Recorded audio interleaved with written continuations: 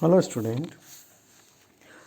हमने पिछली बार जो बात की थी वो फोटो केमिस्ट्री के संदर्भ में कार्बोनिल कंपाउंड के द्वारा दी जाने वाली रिएक्शंस के बारे में बात की थी। उसमें हमने जो फर्स्ट पेज है उसके बारे में ऑलरेडी स्टडी कर चुके हैं। ये थी नूरिश सेकंड टाइप, जिसको अपन गामा हाइड्रोजन स्थानांतरण बोलते हैं।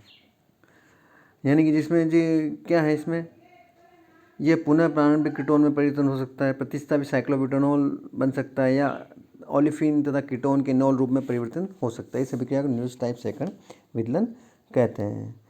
ठीक है ना। इसके बारे में हमने पिछले टाइम में बात की थी। इसी तरह से दोनों जब मिलकर नूरिश टाइप 3 अभिक्रियाएं होती है, इस अभिक्रिया में क्या नूरिश फर्स्ट एंड सेकंड दोनों प्रकार की अभिक्रियाएं मिलकर होती है। इनमें गामा हाइड्रोजन स्थानांतरण नूरिश टाइप सेकंड के साथ ही अल्फा विदलन नूरिश प्रकार फर्स्ट की दोनों अभिक्रियाएं होती है। अगली जो रिएक्शन है इंपॉर्टेंट की कैटेगरी में है वो है प्रकाश अपचयन। क्या होता है? प्रकाश अपचयन सर्वप्रथम ज्ञात प्रकाश रासायनिक अभिक्रियाओं में से एक है जिसका सर्वाधिक अध्ययन किया गया। बेंजोफिनोन तथा बेंजोहाइड्रोल के बेंजीन में बने हुए विलायन को पायरेक्स की परख नली में लेकर सूर्य के प्रकाश के कुछ दिनों तक रखने पर बेंजापिनोकोल के क्रिस्टल प्राप्त होते हैं। यह बेंजाफिनोन और बेंजापिनोकोल के अपचयन हो जाता है। बेंजाफिनोन का किसमें अपचयन हो जाता है? बेंजापिनोकोल। ये बेंजाफिनोन बेंजाहाइड्रोल प्रकाश की उपस्थिति में बेंजीन यहाँ पे विलायक है, धूप में रखने पर कुछ समय के बाद किस में कन्वर्ट हो गया? बेंजापिनोकोल। इस रिएक्शन में होता क्या? प्रकाश अपचयन के प्रथम पद में बेंजोफिनोन प्रकाश अवशोषण द्वारा उत्तेजित होकर सिंगलेट उत्तेजित होने का मतलब नॉन बॉन्डिंग से पाई एंटी बॉन्डिंग में इलेक्ट्रॉन जा रहा है। किस अवस्था में? वो सिंगलेट अवस्था में परिवर्तित हो जाता है। यह सिंगलेट नॉन बॉन्डिंग से पाई एंटी बॉन्डिंग अवस्था अंतरातंत्र लंघन द्वारा ट्रिपलेट 3 लिखा हमने, एन से पाई एंटी बॉन्डिंग अवस्था में बदल जाती है। बेंजोफिनोन की ट्रिपलेट नॉन बॉन्डिंग से पाई एंटी बॉन्डिंग अवस्था बेंजोहाइड्रोल से हाइड्रोजन एब्स्ट्रैक्शन हाइड्रोजन अपहरण करके 2 डाइफेनिल हाइड्रोक्सी मैथिल मूलक बनाती जो संयोजित होकर बेंजोफिनोल पिनाकोल बनाते। इसको हम इस रिएक्शन के माध्यम से समझने का प्रयास करते हैं। ये बेंजोफिनोन है, प्रकाश का अवशोषण किया, यहाँ पे क्या हुआ? नॉन बॉन्डिंग से पाई एंटी बॉन्डिंग, इसको एन लिख दिया। नॉन बॉन्डिंग से पाई एंटी बॉन्डिंग में गया, क्या बना? एक लिखा हमने, यानी कि सिंगलेट एकक अवस्था में उत्तेजित अवस्था में क्या बना? बेंजोफिनोन। ये बेंजोफिनोन जो सिंगलेट था वो ISC अंतरातंत्र लंघन से ट्रिपलेट अवस्था में चला गया, जिसको हमने 3 से दर्शाया। ये ट्रिपलेट बेंजोफिनोन का बेंजाहाइड्रोल से हाइड्रोजन का अपहरण कर, जिसको हाइड्रोजन रिएक्शन करके क्या बनाया इसने? डाइफेनिल हाइड्रोक्सी मैथिल मूलक बनाया। ये दोनों डाइमराइज होके क्या बनाना है इन्होंने? बेंजापिनाकोल। बेंजापिनाकोल बेंजाफिनोन के आइसोप्रोपिल अल्कोहल से बने विलायन को उचित प्रकाश द्वारा किरणित करने पर भी बनाया जा सकता है। अभिक्रिया के प्रथम व द्वितीय पदों में क्रमशः बेंजोफिनोन का सिंगलेट में उत्तेजन, फिर सिंगलेट का ट्रिपलेट में अंतरातंत्र लंघन होता है। जो बात अभी अपन करें तो सबसे पहले इनिशियल स्टेज तो वही रहेगी। पहले सिंगलेट स्टेट में जाएगा एक्साइटेड स्टेट में, फिर सिंगलेट स्टेट एक्साइटेड स्टेट से ट्रिपलेट अवस्था में कन्वर्ट होगा। तृतीय पद में त्रिक उत्तेजित बेंजाफिनोन आइसोप्रोपिल अल्कोहल से हाइड्रोजन अपहरण के द्वारा डाइफेनिल हाइड्रोक्सी मैथिल तथा डाइमेथिल हाइड्रोक्सी मैथिल मूलक बनाता है। पहले हमने क्या लिया? बेंजोहाइड्रोल। अब हम क्या ले रहे हैं? Isopropyl alcohol. हमारा क्या है? ट्रिपलेट एक्साइटेड अवस्था में बेंजोफिनोन क्या बनाया? डाइफेनिली हाइड्रोक्सी मैथिल रेडिकल और डाइमेथिल हाइड्रोक्सी मैथिल मूलक बनाया। 2 डाइफेनिल हाइड्रोक्सी मैथिल मूलक संयोजित होकर बेंजापिनोकोल बनाते हैं। वही जो पहले हुआ। बेंजोफिनोन एवं आइसोप्रोपिल अल्कोहल द्वारा बेंजापिनोल बनने की क्रिया की क्वांटम लब्धि 1 पाई गई। इससे यह स्पष्ट है द्वितीय डाइफेनिल हाइड्रोक्सी मैथिल मूलक के बनने में प्रकाश का नया क्वांटम अवशोषित नहीं होता। यह मूलक बेंजोफिनोन द्वारा डाइमेथिल हाइड्रोक्सी मैथिल मूलक के मध्य अभिक्रिया द्वारा बनता है। ठीक है, इसकी क्वांटम लब्धि क्या है 1, यानी कि एक ही मॉलिक्यूल से ये अभिक्रिया होती है।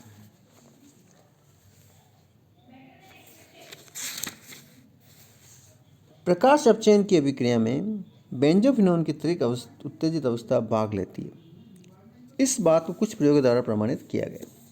पहला, बेंजोहाइड्रोल के बेंजीन में बने हुए विलयन का सांद्रण कम करने पर बेंजोफिनोन की बनने की गति विशेष प्रभावित नहीं होती। इससे सिद्ध होता है कि बेंजोफिनोन की उत्तेजित अवस्था का जीवन काल काफ़ी अधिक होता है, जिससे इस अवस्था बेंजोहाइड्रोल अणुओं के कम सांद्रण पर भी अभिक्रिया करने से कठिनाई नहीं होती है।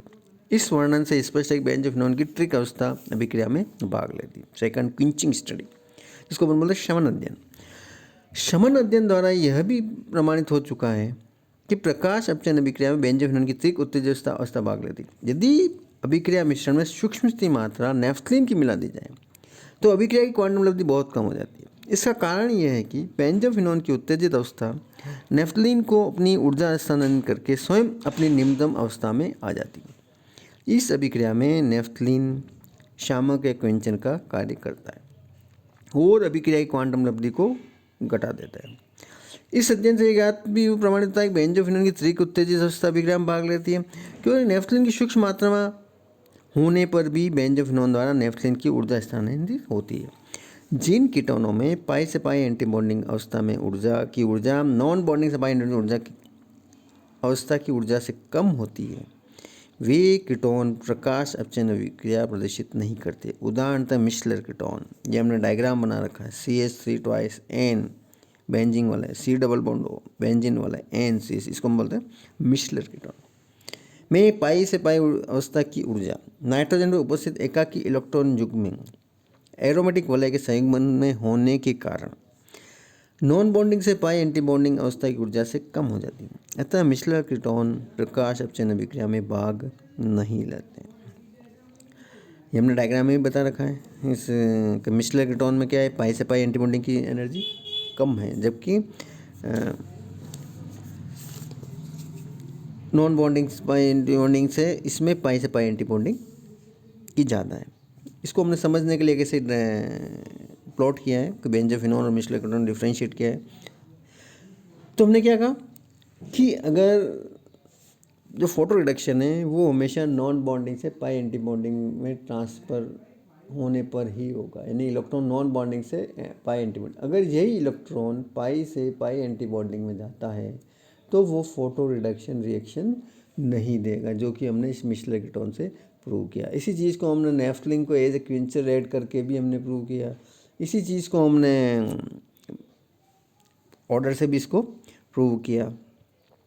तो नॉन बॉन्डिंग से पाई एंटी बॉन्डिंग अवस्था में हाइड्रोजन अपहरण पाई बॉन्डिंग से पाई एंटी बॉन्डिंग अवस्था की तुलना में अधिक सुगमतापूर्वक होता है। इसका कारण यह है कि नॉन बॉन्डिंग से पाई एंटी बॉन्डिंग त्वरित अवस्था में विषम इलेक्ट्रॉन ऑक्सीजन पर स्थित N कक्षक में होता है, जबकि पाई से पाई एंटी बॉन्डिंग विषम अवस्था में विषम इलेक्ट्रॉन पाई आणविक कक्षक में होता है।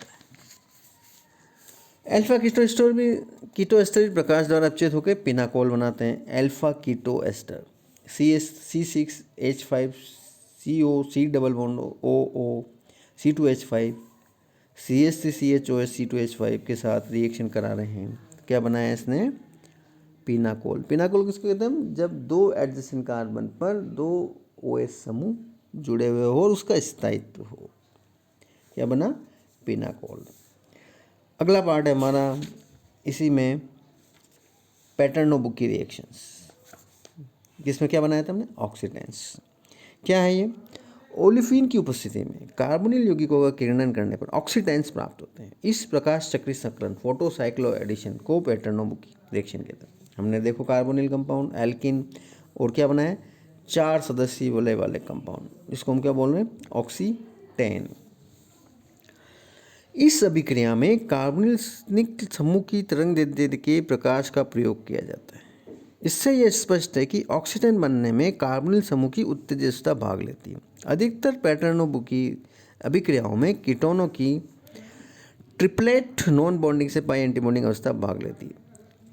इस बात के लिए एक अन्य प्रमाण भी है। यह पाया गया कि वे कार्बोनिल यौगिक जो ओलिफिनों के साथ संकलित होकर ऑक्सीडेंट बनाते हैं, प्रोटीक विलायकों की उपस्थिति में प्रकाश अवचित भी हो जाते हैं, पिनाकोल बनता है।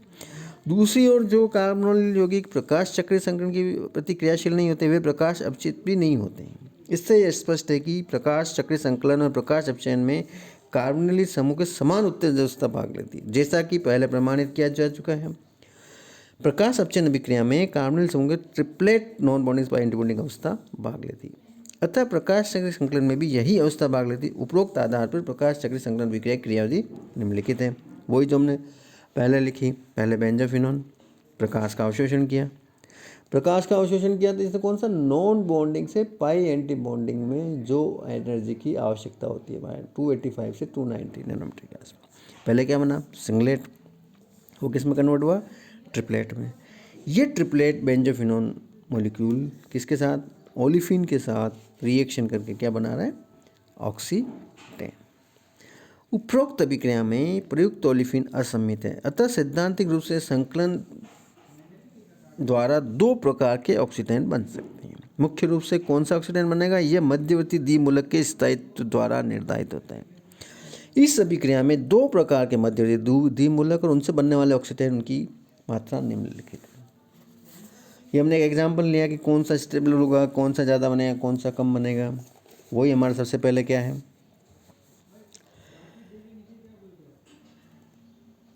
बेंजोफिनोन है जो ट्रिपलेट स्टेट में है, ट्रिपलेट एक्साइटेड स्टेट में। किसके साथ रिएक्शन कर रहा है, asymmetric alkenes, CH3 twice C double bond CH2, क्या है, क्या बोलते हैं इसको, 3,2 मेथिल प्रोपेन। ये रिएक्ट कर रहा है तो क्या दो तरह की हमारी पॉसिबिलिटी बनी, दो तरह के द्विमूलक बनाए हमने, एक जिसमें प्राइमरी है, दूसरा द्विमूलक तृतीयक है। तो द्विमूलक जो तृतीयक है उसकी स्थायित्व तो क्या है, ज़्यादा है, प्राइमरी उसका क्या है, कम है। CH2 जहाँ दिख रहा है वो प्राइमरी है, जहाँ पे CH से जुड़े हुए हैं वो तृतीयक है।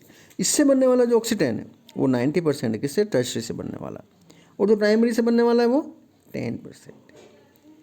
चूँकि तृतीयक द्विमूलक प्राथमिक द्विमूलक से अधिक स्थायी होते हैं, इसलिए द्विमूलक से बनने वाले ऑक्सीडेन मुख्य उत्पाद के रूप में प्राप्त होता है। द्विमूलक सिद्धांत द्वारा यह निर्धारित किया जा सकता है कि मुख्य उत्पाद के रूप में कौन सा ऑक्सीडेन बनेगा, लेकिन इस सिद्धांत द्वारा अभिक्रिया से प्राप्त होने वाला उच्च गति स्थिरांक को नहीं समझाया जा सकता। उच्च गति स्थिरांक को उत्तेजित संकुल द्वारा समझाया जा सकता है। उत्तेजित संकुल उत्तेजित कीटोन एवं ओलिफिन के मध्य बनने वाला संकुल है जो अत्यंत तेजी से कोलैप्स होकर द्विमूलक बनाता है।